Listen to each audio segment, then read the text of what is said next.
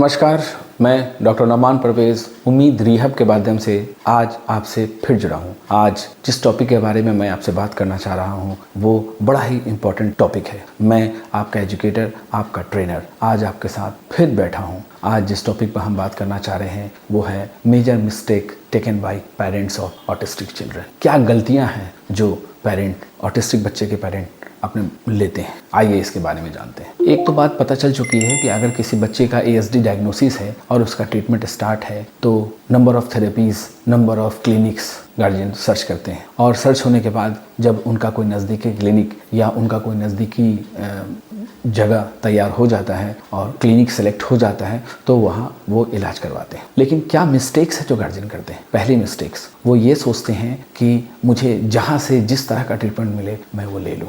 उनको सही डायग्नोसिस तो पता होता है कि मेरा बच्चा ASD है, लेकिन उन्हें किस तरह का ट्रीटमेंट सबसे पहले शुरू करना चाहिए, इसमें वो मिस्टेक करते हैं। ये मिस्टेक्स हैं। पहला, उन्हें ये नहीं पता होता कि उन्हें सबसे पहले क्या करना है। जनरली देखा गया है कि क्लिनिक्स एक ऑप्शन देते हैं कि आप स्पीच भी करा लीजिए, आप ऑक्यूपेशन थेरेपी भी करवा लीजिए, आप स्पेशल एजुकेटर भी करवा लीजिए। और इन सबों में बच्चे का दिन भर का टाइम व्यतीत हो जाता है। घर पे उनका जो रूटीन, उनका जो मैनुअल होना चाहिए वो नहीं हो पाता है। गार्जियन इस बारे में बहुत ही सिलेक्टिव रहें कि उन्हें पहला कौन सा ट्रीटमेंट देना है। अगर बच्चे के गार्जियन को या बच्चे को अगर ये बात कंफर्म है कि बच्चा आई कांटेक्ट नहीं करता है, सिटिंग बैलेंस नहीं है, जॉइंट अटेंशन नहीं है, तो सबसे पहले उसे एक कुशल ऑक्यूपेशन थेरेपिस्ट के पास ही जाना चाहिए। पेशेंट थेरेपिस्ट सबसे पहले उसका सिटिंग बैलेंस, जॉइंट अटेंशन और आई कांटेक्ट पे काम करता है। ये सबसे इंपॉर्टेंट चीज़ है। और आप जिस भी क्लिनिक पे जा रहे हैं उस क्लिनिक पर आपके सवाल होना चाहिए, मैं इसी क्लिनिक को क्यों ज्वाइन करूँ? आखिर यहाँ क्या स्पेशल है?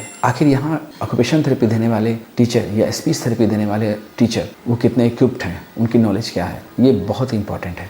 आप किसी भी आम क्लिनिक की तरफ न चले जाएं जो आपके घर के नज़दीक हो।